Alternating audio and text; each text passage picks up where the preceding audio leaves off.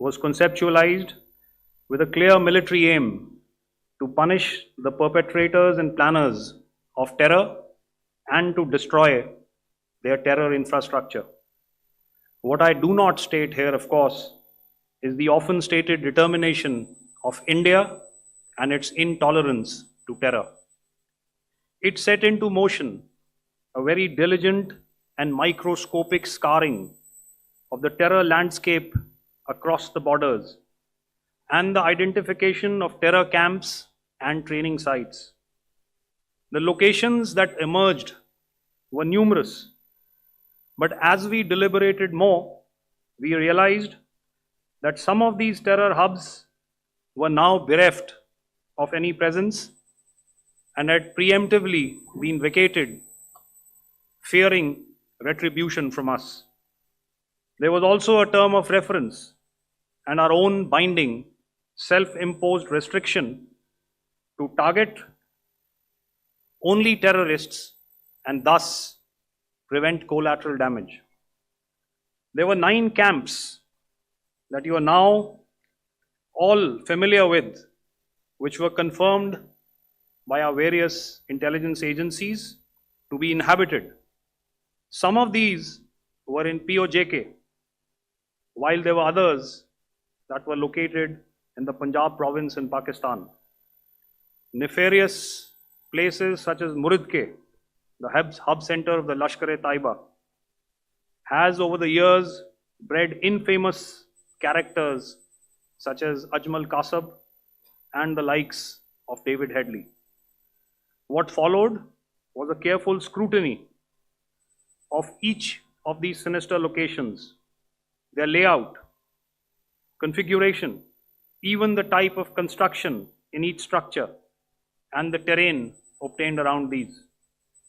This was with an obvious intent to deduce and identify the exact vector that was required for their neutralization, as also the eyes in the sky that we would send up to ensure that we brought back evidence that we had indeed targeted what we set out to.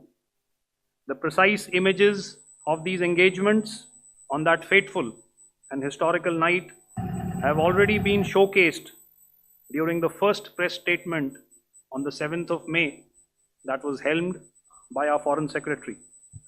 I have no doubt in my mind that we achieved total surprise, and those strikes across those 9 terror hubs left more than 100 terrorists killed, including high-value targets such as Yusuf Azhar, Abdul Malik Rauf, and Mudassir Ahmed that were involved in the hijack of IC-814 and the Pulwama blast.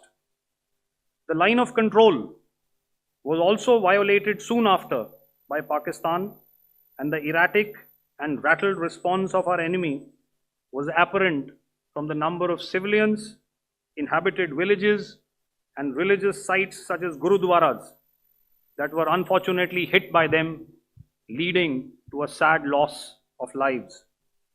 The Indian Air Force played a major part in these strikes by engaging some of these camps, and the Indian Navy provided wherewithal in terms of precision munitions. The Indian Air Force obviously had their assets up in the sky, and I will here request Air Marshal Bharti, the Director General of Air Operations, to detail for you the methodology that the men in blue adopted to successfully manifest this mission. Thank you, Rajiv. A very good evening, ladies and gentlemen.